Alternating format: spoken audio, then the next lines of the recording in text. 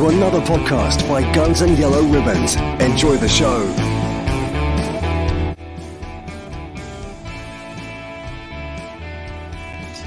I am your host. We are looking at the Man United game. It's taken us 14 years to get a good victory at Old Trafford. I am joined by two stone schooners, and soon to be joined also by David, the Man United fan who joined us for the preview show. Introducing with no further ado, old man Trev. How are you, Trev? How you doing? I'm still smiling, Fergus. Still smiling. It's loads to talk about tonight, and we're going to be happy all night, aren't we? I can't wait to talk about this. Yeah, it's going to be fun, mate. And can't wait for David to join us. Hello, Lee. How are you, mate? Oh, I'm good. Thank you very much, Trev. Thank you very much. Bit of a cheesy smile you got going on there, pal.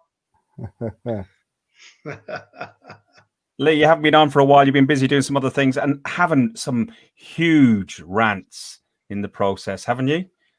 Are you happier? I'm very much happier after that. I'm going to be honest. I didn't see it coming. I'm not like Trev. I know like Trev's very, very much like the positive man of and he does give me a little boost every now and then with his positivity. But I didn't see that coming on Sunday. But bloody hell, when it did, it was bloody lovely, wasn't it? It was absolutely fantastic, Couldn't be more proud of the Aguna over the last few days. I thought everything about that performance is what we've wanted for a very, very long time. So, well happy.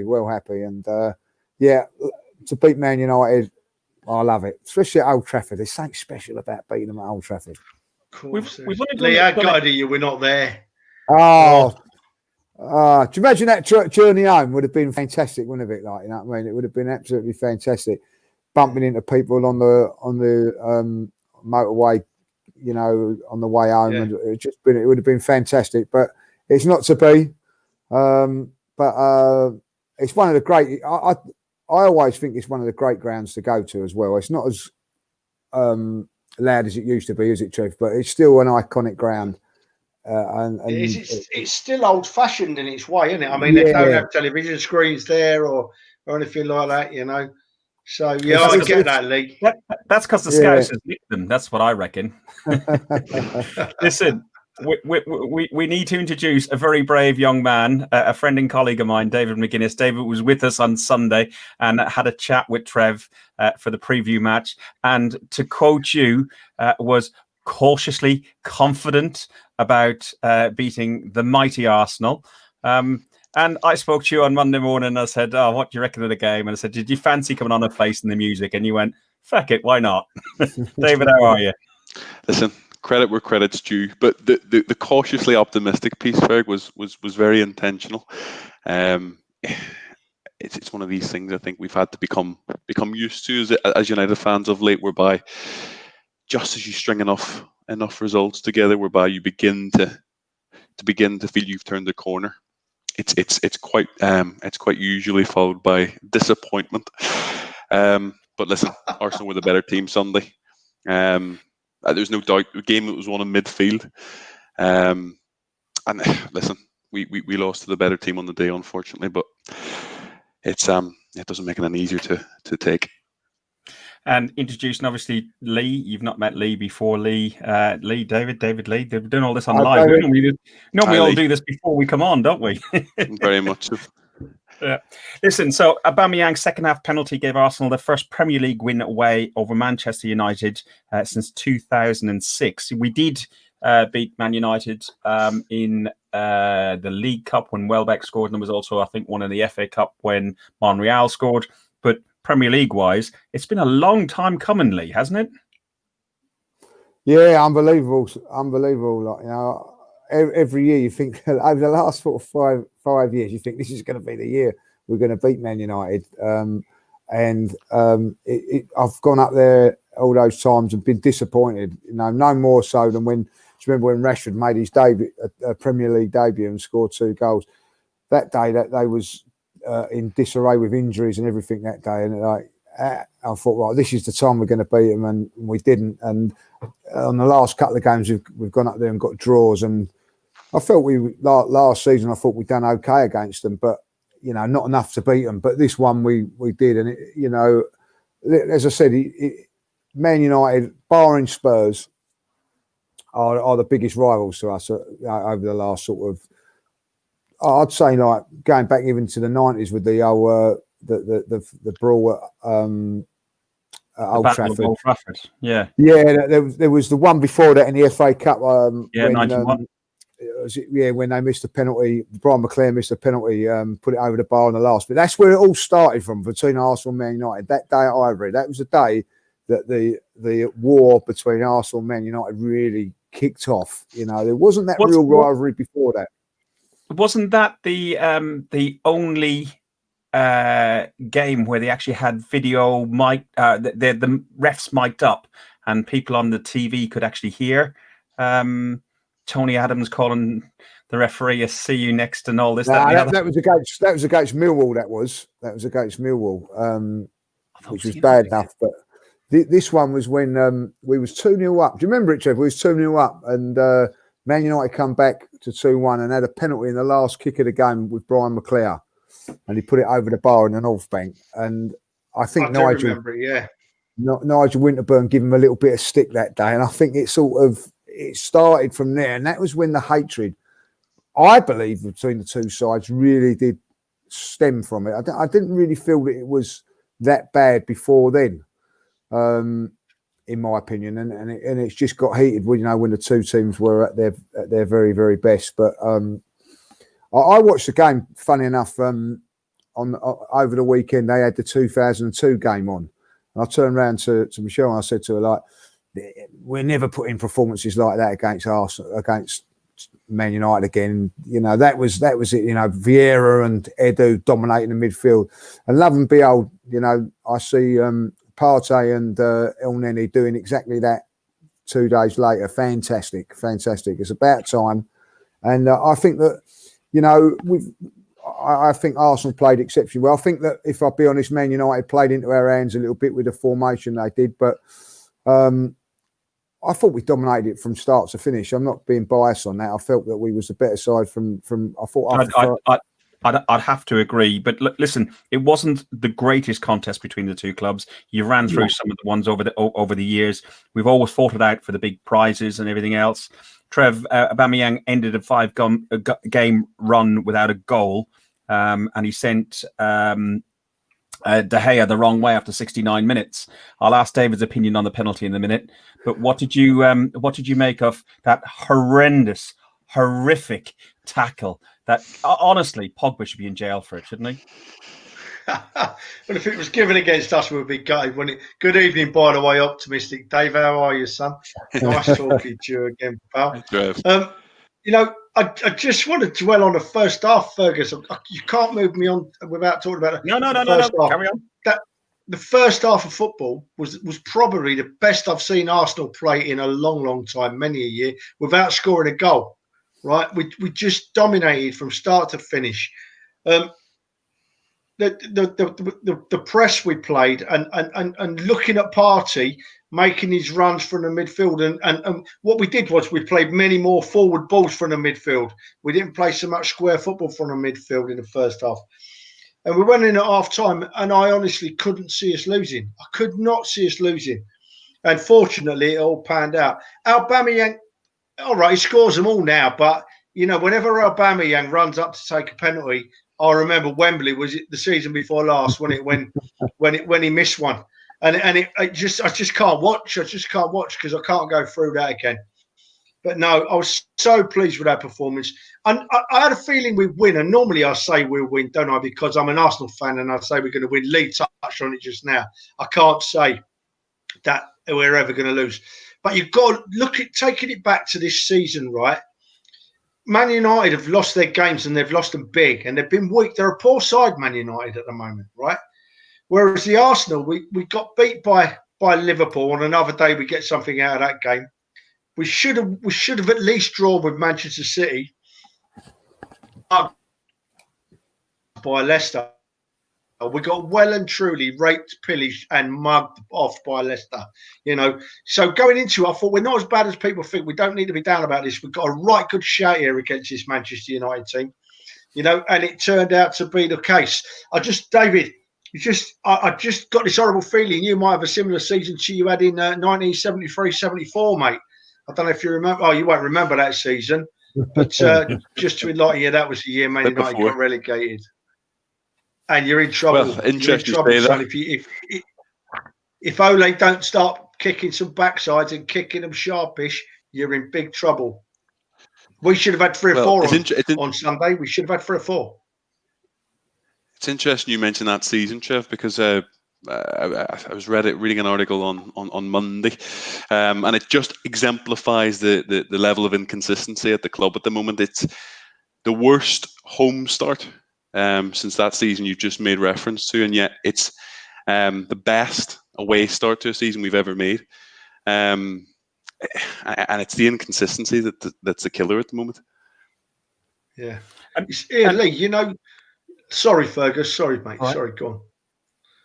No, go. I was just going to say, I forgot what I was talking about now. No, Lee was just saying about, the battles between Man United and Arsenal. And we really needed that performance to bring that back to life again, because I was watching the after game podcast with the Irish squad with the Princess on, and she was going crazy because she actually got the score right, and she said that it would get a penalty and blah blah blah. So she was over the moon. But they had a young Man United fan on there after the game. Credit to the lad, he went on there, right? He didn't have to, but he said his memories of Arsenal v Man U, because he's a young man, has always been of Man U bullying the Arsenal. So that would have been the last 10 years probably, Lee, when we've had this tiny little side and Man U have bullied us. The youngsters nowadays, they don't remember the late 90s and the early 2000s, when in fact, if anything, it was the other way around. I'm not saying we had it all our own way, but it was very tight. Every game was a monster of a game, So we really needed to put in that performance. We really need to get these players playing like that again, because you don't realise how much time passes, and the memories of when we used to have them really exciting games are getting further away. You know what I mean? It's a shame. So I'm really pleased we had that performance. Listen, we say how good the performance was from Arsenal over Man United, especially in the first half. But if you look at some of the stats at half-time was there was 1 shot on target, and that was Greenwood, who put it straight down Leno's throat. So, as much as we're croning, saying how fantastic we were, I did think we played really, really well. I did think we pressed. I think every man was fantastic on that pitch. El Neni deserves a huge shout out. Gabriel, more than Partey in my view, but Partey, you could see why we all had a party when we signed him. But what did you make of the first half then, David? Because we're crowing saying it's fantastic, and we're saying you were absolutely dog crap. But what did you think? Do you think it was that different? I don't. Look, I think if any team were going to score, to be fair, with the exception of the Greenwood chance, I felt like Arsenal looked the more lively. It's one of these things. I think the way we set up in that game, it was. I don't mind the diamond. It worked quite well against Leipzig in the week, but on Sunday we didn't have the players to accommodate the formation. I mean, I think when you play quite narrow, certainly in the midfield, you think you rely on your fullbacks for width, and Wan-Bissaka he's in my opinion one of the best right backs defensively there are in the world. I mean, you would be hard pushed to get past him no matter who you are. But going forward, I just think he's lacking. Shaw ain't bad, but he's not great either. And I felt that we played into Arsenal's hands. We were second best in all areas, and Arsenal, particularly midfield, I thought were head and shoulders on Sunday. And I said this to Ferg on Monday, guys. It would be interesting to get your views. It is a bit of a big shout, but Partey, in my opinion, is as good a midfielder as I've certainly based on Sunday as I've seen since Patrick Vieira in an Arsenal shirt. Lee, I was going to ask you that question next. So yeah, what was your view on Partey, and is he the part? Well, yeah, definitely, 100%. I'm been for 3 games in. He's been outstanding. What I would say about the comparison with Vieira is when Patrick Vieira come into the side against Sheffield Wednesday that day. I don't know if you remember it, Trevor. You will do. You just thought, "Wow, what a player we've got here!" It was just spontaneous. This all he's something special. And I see the same similarities with Partey when he's come in. You've just seen he's a cut above. I just think he's a cut above. I think that, listen, I think Pogba's a very good player. I don't know what's going on with him, with his attitude and whatever. But for me, he just absolutely bossed him. He just overpowered him. And I look at Pogba and I think like he didn't even look like he was bothered that someone was running all over him. And I think that's a bit of a worry if I was a Man United fan. But I haven't seen no one do that in an Arsenal shirt for a very, very long while. Diaby done it a few times, but unfortunately injuries copped him. But he was the nearest thing to that, But I've not seen a midfield player since probably... Fabregas done it in different ways, didn't he? But like with the power and everything there, dominate a game since Diaby done it at Anfield when he was in his prime. But Vieira...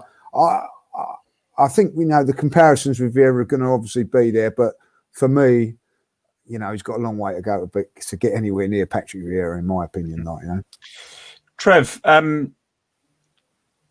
Lee speaks highly there of Partey. Just behind him was Gabriel.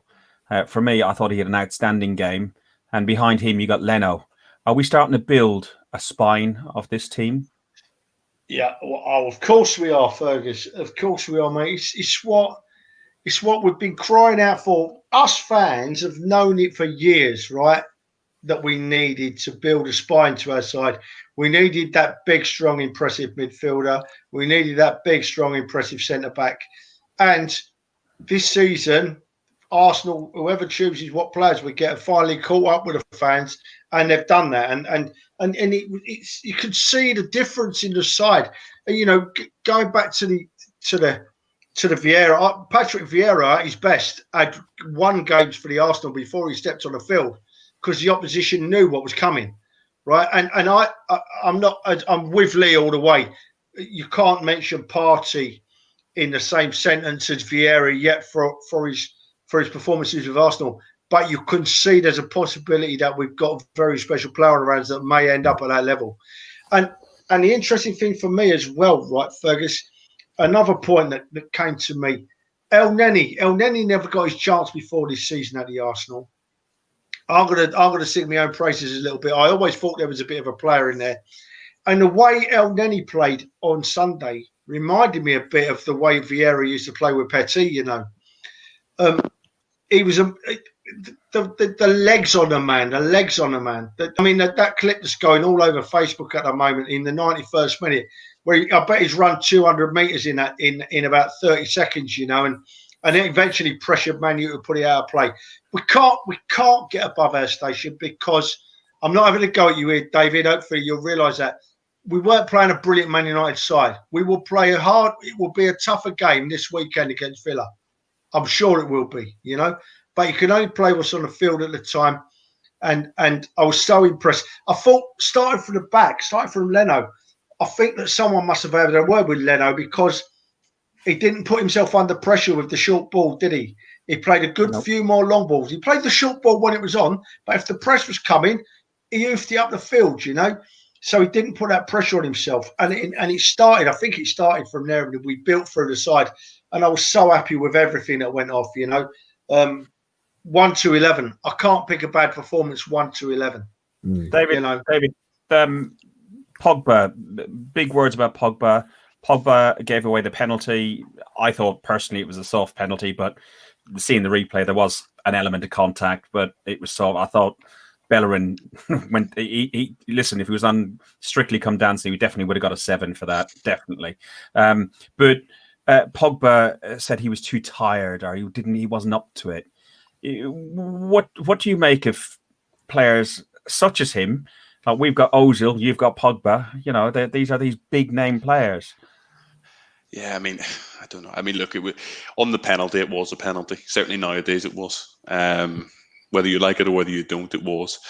I don't know, is the honest answer. He just, there's no doubt about his ability, but I think it's far too, again, much like the United side, more broadly speaking, it's far too inconsistent. There's times where he just doesn't look particularly bothered about it. Doesn't look like he's up for it, and that's worrying. I mean, you can excuse poor performances, and you can excuse a sequence of poor performances, but when a player doesn't look like he's up for it, I think that's where it becomes a bit of a worry. I'll be honest, I am Bruno Fernandes's biggest fan. Absolutely, I think he's one of the most exciting midfielders we've had in a long time. But even him on Sunday, even him since Spurs, really, he was okay against Newcastle, to be fair, but he's not looked himself. There was rumours that he'd fallen out with Solskjaer after Spurs, but I was going to say. So, what is fundamentally the problem? There is the problem, Ollie. Possibly, but I think, look, it goes against sort of the fundamentals of being a fan, in my opinion, to ever be in the sort of Ollie out camp, and I'm certainly not. I think he got it wrong on Sunday. He definitely did. I think that perhaps the team selection, the formation for me didn't work. I would have liked to have seen Van de Beek get some more time. Interestingly, I think looking back on it, he had the most touches in Arsenal's box throughout the entire United squad. And I think he only played 15 minutes. And that was towards the end of the game, and in the last 10 minutes, for 80 minutes of the game, we hung on really, really well. We controlled the game, and it was in the last 10 minutes where obviously some of the substitutions that came in and made effect. Lee, Lacazette, was he unlucky? Is he just lacking potency? He runs around, he works. Against Leicester, he worried me. He was very aggressive, very rash, very angry, having goes at referees. And I do like his work rate, but his finishing rate is dreadful. And he should have scored early on in that first half.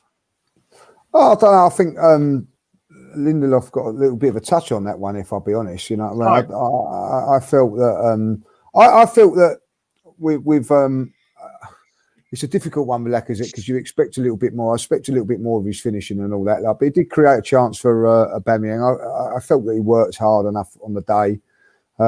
It gives us something that we haven't got with anybody else. He does give us a platform. But at the moment, he's getting brushed off a little bit. It's not easy playing against good central defenders. I think that people will have a go at Lindegaard and Maguire.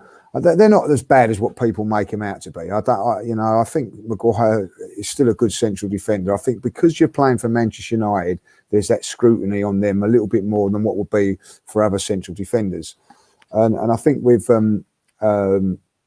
Lacazette, he gave them problems. He worked them hard, and I felt that for the first time, our front three done that.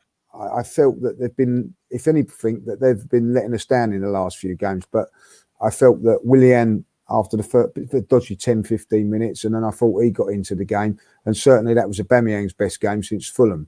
So, and I think that, in my opinion, sometimes if you're being let down by your other players, which I think we have been in the past, it's all sort of come on Lacazette because he's missed a few chances and whatever. But I don't think you could ever question. I can question Willian's work rate. I can question Aubameyang's work rate at times. And who's ever played it, certainly Pepe's as well. But the one thing I can't question is Lacazette's desire and work rate, because he gives it every time. He gives it there.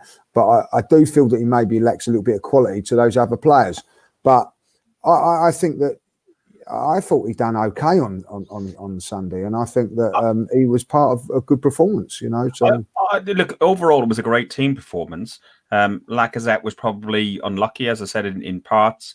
But just I'm looking over a few games that I've just felt that he's not quite there. Willian, yeah, I agree. Willian, you touch on Willian. Trev, you can come in on Willian. Do you think he should replace Pepe on a more regular basis? For me, I think it's not quite there, but the Pepe boat sailed. Well, he's not really replacing Pepe, is he? Because he's probably played more football than Pepe this season anyway, you know. But I thought that Willian had his best game for us on Sunday, and I thought he had his best game linking up on that right hand side with Bellerin as well. I thought they worked well together. We've been busy on the left hand side of the field all season, and we showed a bit more on the right, which was really promising. Listening to what you boys said about Lacazette there, I love Lacazette. I love the man. I love his effort, but he does start to worry me a little bit that he's not playing as well as we would like. He definitely got a touch on that, by the way. Lee, you're dead right, mate. That chance he had in the first half, the defender just nudged it off his toe, didn't he? But if anything, the only one that worries me a little bit is Lacazette from Sunday's performance. Not that he was bad on Sunday, just that he's not scoring in quite enough goals for us, and hopefully that'll change. But no, I don't think Willian is replacing Pepe. I honestly don't think Pepe's been playing well enough to command a regular place in the side, Fergus. I think that Willian has been a bit hit and miss. On Sunday, he was a hit, and hopefully this weekend he'll be a hit again, because I'm pretty sure he'll play him. Just sitting thinking of who comes in and who comes out, mate. Come back to this if you want. There'll be quite a lot of changes, I think, for Thursday night against Mold.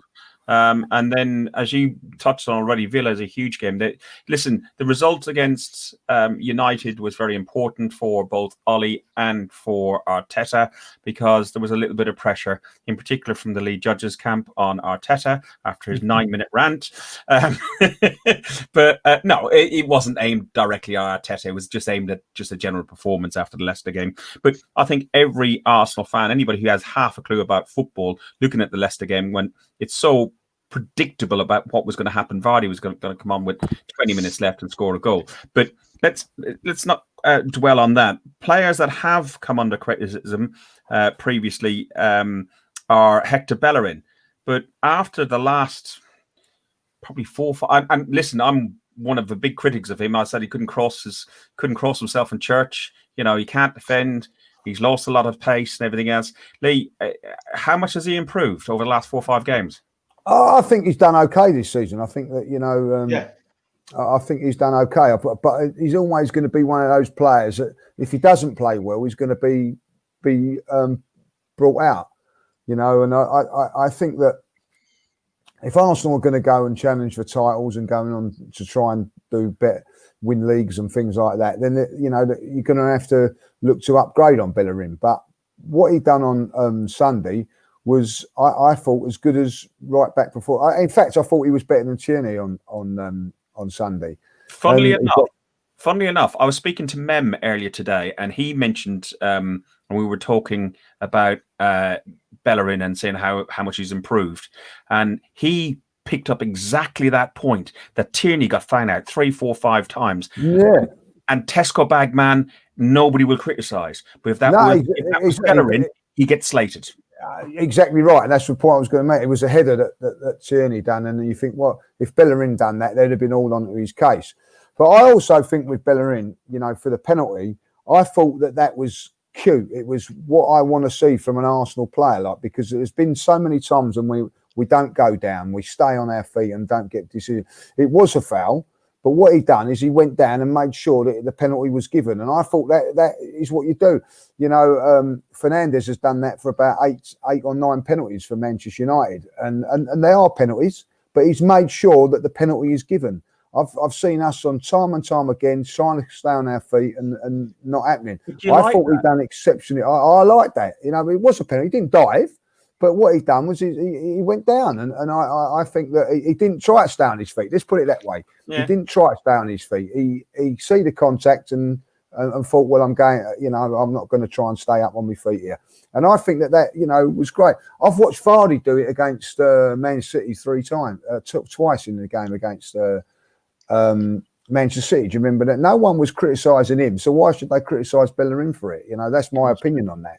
He's won you the game.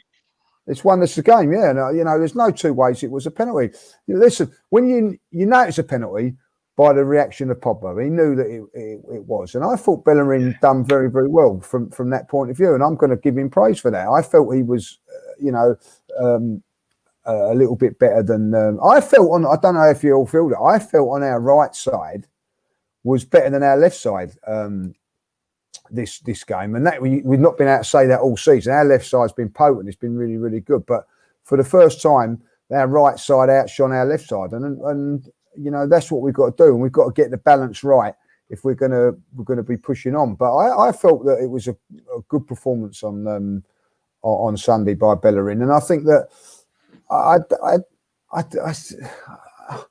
can see why he gets a little bit of stick. He puts himself up there with the way he looks at times and whatever. But, if he plays well, I'd like to think Arsenal fans will give him the benefit and say, yeah, he has played well. And I'm in that camp. I thought he'd done okay on Sunday. And I felt that he contributed in our win more so than Tierney. But as you say, Tierney, can get away with it.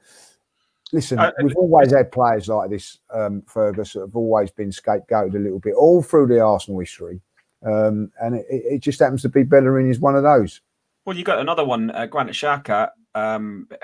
Personally, again, after the Palace thing a long time ago, I've said he shouldn't be wearing an Arsenal shirt, and he definitely shouldn't have been given the captain's armband the other week. But that aside, El Neni stood in for him. And, El Neni, people said, he's useless, he's just it. But you do need players like that, and you do need water carriers, and El Neni takes an awful lot of flack. David, I was going to ask you, because we're talking about Bellerin and gone down and calling for the penalty as such. What did you make of Rashford's 15 attempts at doing the same? He didn't do much else, did he, on Sunday, unfortunately? He spent more time on the ground than on the pitch. Yeah, I think to be fair, he got a bit of a sore touch at times, and I think that was part of the strategy. He was a player on form coming into that match, and Arsenal knew it. But I think that's part of it. I think you need a bit of that sometimes. You need to be. I'll not use the word of Mr. Mourinho in that Spurs documentary, but he's right. You do need to have a bit about you in these games, and I think you could say that for Arsenal on Sunday. They knew where to target United, and Marcus Rashford was one of those players that were on the wrong end of it, unfortunately. None of us would have watched that documentary on Amazon. Nothing, absolutely nothing, because it's absolutely. Well, they didn't do much, did they? In all honesty, no. I thought that would have been quite enjoyable viewing for you lot. No, they built the stadium and they got no trophy room. So anyway, I do like the meme at the moment. And what is it? Hands, face, space, and it's like hands. And I think it's somebody with Son's hands to his hands up, and then somebody else with their hands to their face, Kane maybe, and then the trophy room, and it says space. So it's quite funny. Somebody else that I want to talk about, Trev, Saka, unlucky. He had a header that on many other times, you'd see him score that. He was lucky, but he was quite lively in that first half. I think older players tailed off a little bit in the second half. I think they ran out of steam because they'd given so much in that first half. But what did you make of Saka's performance? I thought that Saka was wonderful. Again, he's a very young man, and if you remember the back end of last season, he dropped off a bit because he was tired, and he's not going to shine every game, but you can't not play him. He's just this amazing talent. I honestly think he's the best young player in the Premier League, bar none at the moment, right? And the only reason I think he didn't shine so much on Sunday, his work rate was brilliant, was because everyone around him had upped their tempo as well. It was a better team performance from the Arsenal, so he's not going to stand out so much. But I thought with him and Willian playing similar positions either side, I know Willian was more forward than Saka, but Saka was getting forward a lot more. I just can't fault the young man. But then again, I've never been able to fault the young man. So happy with it. And listen, just before we move on, right? We mentioned that lot up the road earlier, right? And I'm not having it. People keep saying there's a big six. There is not a big six, right? I'll give you a big five, But having a shiny new stadium doesn't make you a big club. Winning stuff and having a history makes you a big club. Their case is empty. They're not a big club. They've won nothing for years. Even their manager said they're not a big club. Move on from them. They're not. The sixth club is Leicester. They won the Premier League. There you go, then. Nobody referred to the other lot. Listen, there's more of a case for the big six for Leicester, Nottingham Forest, Aston Villa, Leeds United, Blackburn Rovers. They've all done more. They've all put a case for a big club before that mob. I'm done with it. And at the end of this programme, I want to talk a bit about cheating as well. Okay, the old man's on one. we're more or less done on the game. Aubameyang was the first Arsenal player to score a penalty at Old Trafford in the Premier League. Neither two previous attempts were converted by Van Persie in 2011, Gilberto Silva in 2006.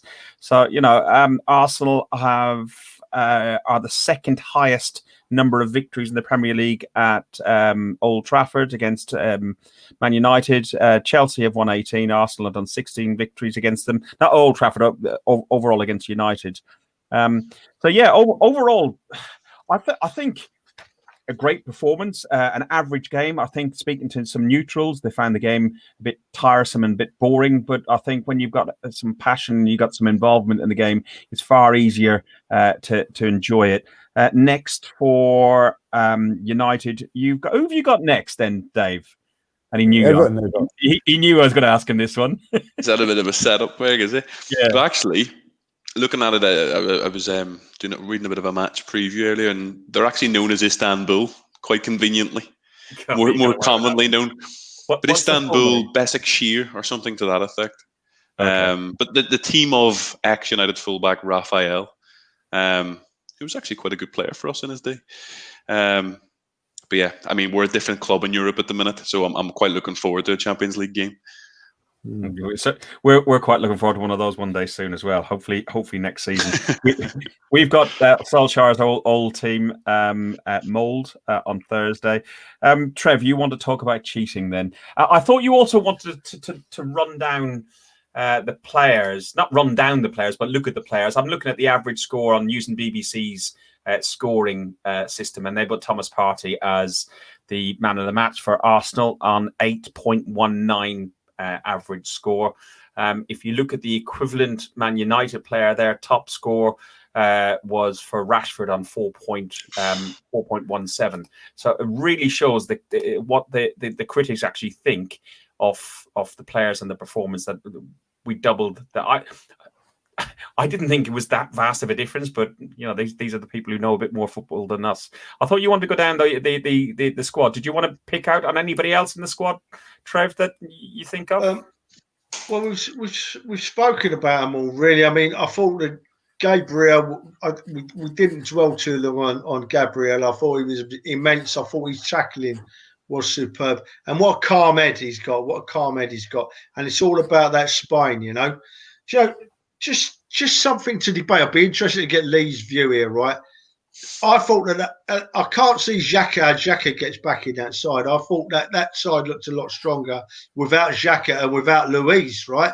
I thought the defence looked more stable with Holding instead of Luiz, and thought the midfield looked better with El Neni instead of Xhaka. But up front, when Martinelli's fit, right? I want to see him in the side. So does he then go out on the left where he was before, and Alba moves into the middle, and maybe Laka doesn't play every week? I mean, that's how I would see it panning out, 100%. That's what I see will happen. You know what I mean? I think that that is going to give us an extra dimension come January. I think that it'd be like a new signing, pardon the pump, but that's what we need. I think that Martinez can go out on the left, and it will give us another option. I think that, for me, what I want to see with Martinelli is that he's going to get as many chances as what Eddie's had, because I think Eddie's had a lot of chances. I don't think Martinelli under Arteta has had that many chances. He was firing. I thought he was our best player. Do you remember when Aubameyang got sent off and he was suspended? He was brilliant for 3 or 4 games. As soon as Aubameyang come back, Arteta left him out. I thought very harshly. Then he got injured. So it'd be interesting to see where he's going to play him, because I think, like you, Trev, that this is a player that's going to give us everything. And I think that going back to the other thing, we've got some real Mikel Arteta. Let's get it right about Mikel Arteta. He's going to make mistakes somewhere along the line because he's still inexperienced, and I think we've got to live with that. But he's got a real couple of big decisions to make. Not on Thursday, because he can just change the team around, and that'll be a problem. But come Sunday, he's got to make a decision with that midfield, because there's Ceballos that can play there as well. Let's face it, with Ceballos, people who keep sort of overriding him. He's had one bad game in about 15 now for Arsenal, and that was last game. So, one bad game shouldn't see him out of the team. So it'd be very, very interesting to see what he's going to do there. With Ceballos, though, Lee, you say, and me and you had an exchange on the WhatsApp group. Ceballos has had a few good games, but no exceptional games, and one bad game. Is he worth what he's cost? Is he what we're looking for? Well, I'm going to say that now. When you say he's had one good game, he was exceptional in the cup final. Exceptional in the cup final against Chelsea. He was exceptional against Manchester City. I felt he was brilliant towards the end of last season. I don't think he's quite hit the heights of last season in these games so far, but I think that you could say that about a lot of the players, hit and miss, and I think it's getting the right combination in there. But I'm just going to put it out. I don't think El Neni will play on Sunday, because it's a different game. It's a different approach to when we're playing at home, and that's the balance that he's got to get, because that performance was very, very good away from home, and it's accepted. But when you've got to be making, I think, the moves, we've got to be pushing on to other teams. I think that maybe a little bit more guile is going to be needed, but that's the decision for Mikel Arteta to make. And I think what El Neni has done, and I think as Trev was alluding to, is that he's come in and shown that we've got a little bit more mobility to the side when he's in the team. And Xhaka is, I think played really well when he was playing, but could he have put that performance in that El Neni did? And I don't think that he could. Not as far as getting about the pitch and everything like that. So I think it's going to be some really interesting decisions from Mikel over these next couple of weeks. Because we've got home games. We've got Wolves at home and we've got Leeds away. I think they'll probably go back to the El Neni situation. Do you think, like Trev, against Leeds? And I can see that happening. Well, what you say, do you know what, Lee? What you said, mate, is really interesting there, and I hadn't quite thought along them lines. And but I have said before, and as you just said, you alluded it to there. It's lovely with Arteta because he has a plan B. He doesn't put the same team out week after week. He considers the opposition, and he puts his team out to play the opposition. But what you said then was interesting. So if El Neni doesn't play against Villa this weekend, it'll be because Ceballos comes in and not Xhaka. That's the way I see it. That's what I'd like to see.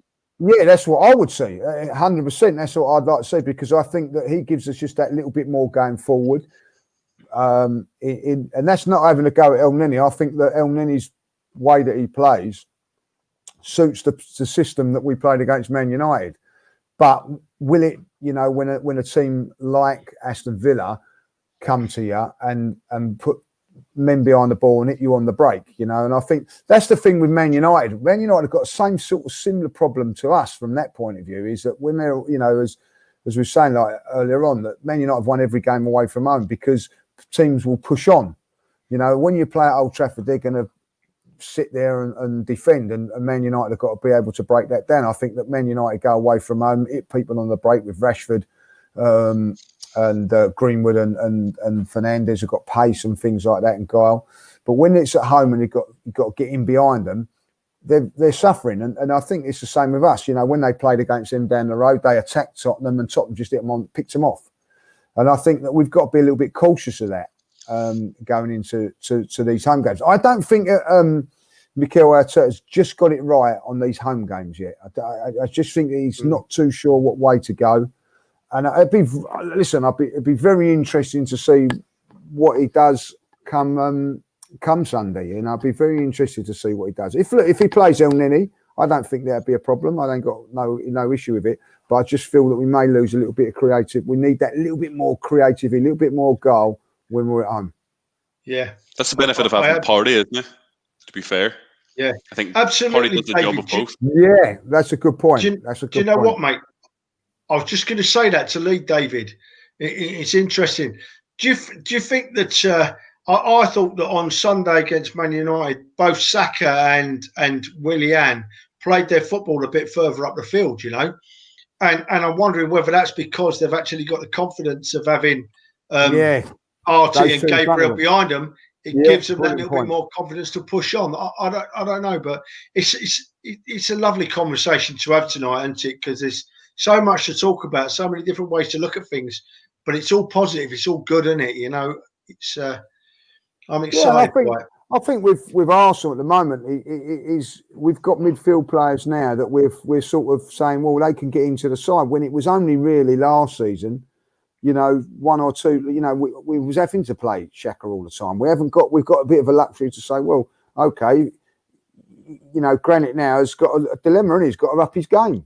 And I think that's the good thing about and I feel where Man United may be going wrong is that they're trying to put a diamond in there to try and keep everybody happy and whatever. I think Mikel's not going to go down that route. He's going to go down what suits the team for this game, you know. And I think he looked at. Well, I don't know about if you agree with this. I think he looked at what Man United were going to do and thought, right, that I'm going to set up this way. And do you know what? I've wanted that from an Arsenal coach for a very, very long time. You know what I mean? Look at the opposition, see what they've got. It might be that the next game, when you're playing against Villa, we've got to nullify Grealish. So it might be that we put somebody else out in a position to nullify it. I love it. You know, Alex Ferguson used to do that all the time against us. He used to change his system every time when we played us and nullify us, and get result. And then the next week he'd take that player out and whoever it would be, and play his normal team. And I think that's I like to see that. It's not a knock at the team. It's just, you know, being proactive.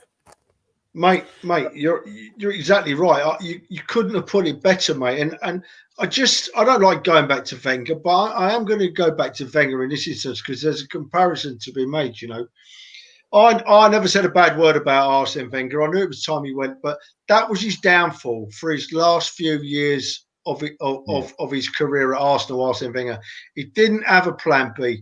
Arsenal put the same side out and played the same way, whether we were playing Liverpool or whether we were playing Burnley. It didn't matter. So sides knew what they were going to play against, and they worked us out and they beat us on a regular basis, and we struggled. And this is the great thing. I think Emery, in fairness, did try it, but Emery never had the backing of the players. But Arteta seems to have the backing of the players. Arteta plans for each game. You can see that. You can see by selection and the way he sets up, and it excites me greatly. So I couldn't agree with you more, Lee. Yeah, we put a side out to suit our opposition the way we need to play. Love it. Arteta said, and sorry guys, my PC crashed, so you lost me for a few minutes. But you've been away, Fergus. Did you go? What's that? I didn't even know. Did you go? Cheers, thanks, Lee. Thanks, Trev. I said I wanted to generate belief, and I've asked them to be the team who they are right now. I'm delighted we played with lots of courage and big personality, and I think that's what you're talking about. Just generate self belief, and it did feel a bit like I don't know. We watch 89 and stuff like that, and you see what George Graham did and what he built, and Fergie probably done it to a certain degree, the siege mentality sort of thing. Mourinho's done it over the years, and I think not quite siege mentality, but it definitely built some sort of, you know, mentality of like, you know, let's do this as a team. Unlike where you look at the United team as they are at the minute, they seem to be a bunch of individuals rather than actual. A United team. Touching briefly ahead to next weekend, Villa away. Lee, what's your thoughts on Villa away? Grealish, you mentioned Grealish. He's going to be a force to be reckoned with.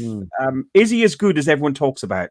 Well, I'd love him at Arsenal. I'd absolutely love him at Arsenal. I think he's a fantastic player. I think he's everything that Arsenal need. He takes on players. He makes things happen. I don't think he's in the greatest team in the world, but he gets them going. You imagine if he was playing in a team with top players around him. I just think that what he does is he take what Arsenal haven't got and what Arsenal need is they need someone that's going to get the ball, take it 40 yards, a ball carrying player, and go around players and make things happen. And I think he's perfect for that. And that's why I think he'd be perfect in the Mikel Arteta system.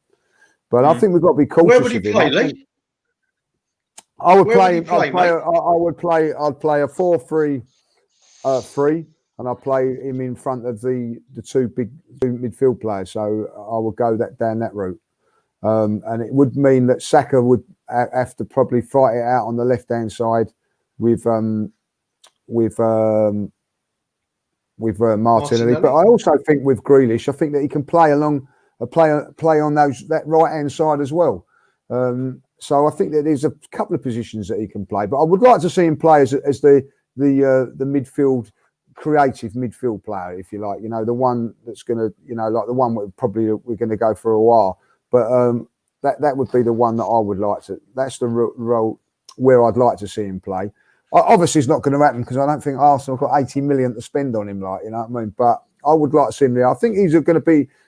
Always causes a few problems, but I think do you know what? I think Aston Villa have recruited really well this season. I think they've got with the boy up front, they've brought in Ross Barkley as well. I think it's a decent player, and of course, it's the battle of the goalkeepers on Sunday, isn't it? To see who's going to keep the clean sheet. It's going to be interesting. Have you seen the Twitter sphere on Emmy? Since he's left in 7 goals in the last 2 games or whatever, they've just, He didn't have a chance with any of them on what I see of it on Match of the Day. He didn't have a chance. Oh no, that's ridiculous. Trev, thoughts on the Villa game? Yeah, I think, as always, Fergus, it's a bit boring, really. I think we'll win. I think that Arteta has had a really good look at his team last week and the week before. He learned. I bet Arteta will have learned more from us getting mugged off by Leicester than he would have us beating Man United. I'm telling you, because we did get mugged by Leicester, and Leeds got mugged by Leicester last night. Although it was 4-1, it was 4 goals that they just took Leeds apart without them really knowing it. So Arteta he's learning all the time, like Lee said earlier. Arteta will put a team out to beat Aston Villa, and I really think that we'll do the job. And as Lee said, we tied Grealish down. But Grealish is not coming up against, what he used to. He's coming up against Partey and Gabriel and Tierney and an on-form Bellerin. So Grealish doesn't dance all around us. Villa have got a dodgy keeper, can't save a thing. So I'm looking forward to us winning on Sunday. And by the way, Fergus, we're at home to Villa, not away, like you said earlier, son. Sometimes I wonder how you can host the show. Listen. The annoying thing for a Villa fan, if you think it from their point of view, it's their 4th pay-per-view game that they've got. So that's like 60 quid to watch Villa on top of the normal Sky stuff. It's been moved to 7:15 on a Sunday night. Outrageous. It's absolutely crap. Don't do it. And I'm glad it's moved to later because we play on Thursday night. David, you play tomorrow night in against the Turkish side. Are you playing home or away? I can't remember. I don't look down that. Away tomorrow. And away on at the weekend actually as well, which is music to my ears in the Premier League at the moment. Everton, that's going to be an interesting game. Yeah. I was just going to say Everton and Villa. Sorry, David. Everton and Villa both flying high at the beginning of the season. Okay, they've dropped off a little bit. Leicester have stolen their thunder a bit. But is this Ollie's last game? It can't be. Look, it's one of those things. I think. I thought about it a little bit this weekend. Break coming up though, David. Well, yeah, I think you should have to ask yourself. I've asked myself 2 questions, I think, since Sunday, and the first of which is is he still there because it's Ollie? You know, if this was another manager that didn't have sort of pre-existing ties to the club and the reputation he does, it might have been a different story by now. That said, I think who do you replace him with? I think the obvious option, of course, is Poch. He's in the country. Well, I don't. Did you see him last night? I don't think he made his. I don't think he was. He was sort of hiding the fact that that's where his head's at or where his mind's at. And if it came to it, it would be something I guess I could get behind. I think, look, he's one of these managers that always, if nothing else, has a hard-working team. I think they were talking about that in Sky last night, actually, where his Southampton team and then his Spurs team were two of, at least on paper, the most sort of hardest-working teams. And I think at times that's something what United lack at the moment. But no, I think Solskjaer needs a little bit more time. And to be honest, Ferg, it's the players, in my opinion. I agree. It's so I'm sorry to inconsistent. interrupt you there, David, but I think Manchester United will be mad, absolutely mad, if they don't snap him up sooner or later. Pochettino. Well, this is crying the thing, out for someone like Pochettino to come in there, and I really do think that. You know, I've watched Man United. It's not the first time that Ollie's messed it up tactically. He messed it up against Chelsea in the FA Cup semi-final, picking the wrong team. And I think when it comes, you know, he got lambasted against Tottenham. You know, he got out-tacted by, you know what, by the way, we've been done by Crystal Palace on a couple of occasions on the counter-attack as well with what they've got. I just think that, you know, I think that if Manchester United continue with Ollie, I think you're going to struggle. I think if you lose against Everton, it gives them the perfect opportunity to come in with Pochettino. Would Poch? I hope you keep Ollie, by the way. Likewise. Do you not think Poch might wait for City because Pep isn't going to be there much longer? I don't think. I don't think he can wait. I think Pep's going to be there for a little while. You know, he's been out for a year now. Why has he come back into the country now, and why is he making himself known a little bit now? Why Man United are in a little bit of a funny, you know, Manchester United are in 17th. It doesn't look good. I just think it's, you know, I'm going to say this now. I'm going to say I think he was promised that job, but Ollie done so spectacularly well at that time that they couldn't get rid of Ollie. They couldn't get rid of him. Plus, there's £12.5 million in a garden leave severance package that Tottenham did. That's all paid. He's now available on the marketplace. So yeah. But look, I think on the subject of Ollie, I think look, if we're gonna give him stick for getting it wrong against Arsenal, you have to give him credit for getting it right against Leipzig and against PSG. That's right. Yeah. You know, Leipzig, I'm pretty sure are league leaders in Germany at the moment, and you know, PSG don't need don't need any introduction. So look, I think it's inconsistency at the moment, and I think if United had a one on Sunday, you know, I certainly would have been incredibly optimistic about our chances this season. So I think it's one of these things. I think he does deserve a little bit more time, but I think when Poch is looming, it's quite tempting. I think football is just all up in the air. Go on, Trev. You're going to say something. I think it's all up in the air. Just don't forget this. Sky TV are very clever at spinning things. You know, very clever at spinning things. And there's only one reason that Sky had Pochettino on, and that's to get all us lot talking like we are now. You know, and get the debate going. And that's what they do. They're clever. You know, I want to see Ole Gunnar Solskjaer stay at Man United a bit longer. But don't forget, you know, Pochettino's record speaks for itself.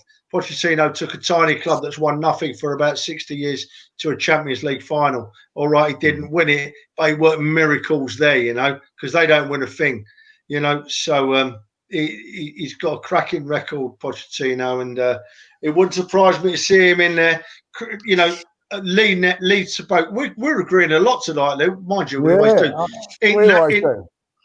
International break coming up. That's a horrible time for managers that are under a bit of pressure, because it gives these chairmen and owners a bit of time to think about what they're doing, you know. Boys, it has been absolute pleasure to have you on. Lee, it's great to see you back again. Hang thank on, you very much. Fergus. Thank you for Hang on a joining us. minute. Fergus, hang on a minute. Hang on a minute. Go on. I want to. This it's only at 50. We're not an hour yet, right? I just want to start a little bit of a chat, but I want to do this because David's in here, right? And I don't want it. I want it to come from another fan, not an Arsenal fan, right? I want an opinion, and I just want to briefly talk about cheating, right? Because cheating has crept into our game. You know, a lot of players dive nowadays, right? A lot of players make a mountain out of a tackle. A lot of players are all round the referee. A lot of players, you know, go down too easily.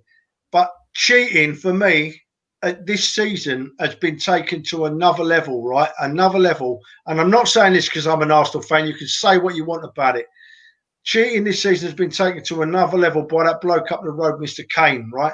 Mr. Kane is trying to deliberately injure players. He doesn't watch the ball. He waits until they jump in the air. He looks over his shoulder, waits until they jump in the air. Then he ducks under them, tips them over in the air, and they fall down on top of him. Not only is he going to really seriously hurt a player, he's not even watching the ball. He's not even playing football. To play football, you have to watch the ball. And young Mr. Kane needs to pull his socks up and stop it, because we've had cheating. We accept it as football fans. We still go to games, but that's taking it to another level. When you're not looking at the ball and you're looking at physically harming a player, out of order, bang out of order. It needs to be said that it needs to be stopped. That's coming from an Arsenal fan, so say what you want, but it's wrong. I just wondered what David thought about that. Well, I'm still to see something worse than Jordan Pickford this season. In all honesty, that's took the biscuit, I think. Yeah. But yeah, wait a minute, David. Before you go on, listen to the point I'm making. Right, listen to the point I'm making. All coaches from under fives to whatever level say to play football you have to watch the ball. Right, you have to watch the ball. Jordan Pickford's tackle was horrendous, right? But he was watching the ball, and you can make a case for it not being done on purpose, right? If you take it apart. Someone makes a point there of Didier Drogba dived. Yeah, Didier Drogba dived. Who was the first bloke, the German bloke that started it all off? Klinsmann, he dived. All players dive, but they're all watching the ball. They're all trying to buy a tackle, a foul, but they're not trying to injure another player. They're watching the ball, and they're not trying to injure another player. This is different level for me. I also think with Harry Kane, he gets away with it, right? Because he's England captain. Do you remember when Alan Shearer used to get away with things because he's England captain? I'm with you. Martin Keown summed it up fantastically on Match of the Day. Called him out on it. Like, you know, that's the second time he's done it. It's not, for me, it's a foul the other way. You know, you know, he's backing into the player, but he does it. What I will say for him, he does it very, very cleverly, Trev. He does it very, very cleverly. Isn't this what VAR's for? Absolutely. Well, unfortunately, VAR is run by referees that are incompetent, and that's the way. Not only that, look at the tackle, you know, from the Spurs player. He's got it wrong in that game. He's gone over his monitor and he still give it, like, you know what I mean? It's unbelievable. You can't write it. But I think that, you know, I think it was a foul. Martin Keown thought it was a foul. That's because probably he's got his Arsenal hat on their side. But I do believe that's twice he's done it now, and twice he's got away with it. Yeah. And yeah. But looking over his shoulder, waiting for that player to jump, then getting under him and lifting him onto his back. It's cheating at another level, mate. It's unacceptable. Unacceptable. If he weren't so big, I'd find him, track him down myself and sort him out, but he's a bit bigger and younger than me, so I'll keep out of his way. He ain't uglier. So, we need to do a couple of shout outs for former Arsenal manager or head coach Unai Emery. It's his birthday today. Ian Right. It's his birthday as well today. But somebody more famous than all of them put together, the podcast whore, Mr. Daniel Potts. Happy birthday, mate. Happy birthday, Potsy. Happy birthday, Dan. Listen, Dan's on same old Arsenal. He's on Highbury Squad. He's probably on 5 Live, Talk Sport, and probably CNN. And he's probably doing Fox. He's probably over in America doing the Trump election right now, non Potsy. So, listen, David, thanks very much for facing the music. Well done, David. Brave man. Brave man. Cheers, brave guys. Man. Well Lee, done, David. Yeah. As I said earlier, Lee, thanks very much, and hopefully it's not so long the next time. I know you got stuff going on, and we've all got lots going on. We've got Always time. a pleasure. Always a pleasure. No pubs for a month. Lee, thoughts with you tomorrow, my friend. Thoughts with you tomorrow, my friend. Thank you very much. Thank you very much, guys. Thank you. And Trevor, as always, thank you very much. Only one last thing to say. Up the arse. Up the arse. You've been listening to Guns and Yellow Ribbons, an Arsenal podcast by Arsenal fans for Arsenal fans.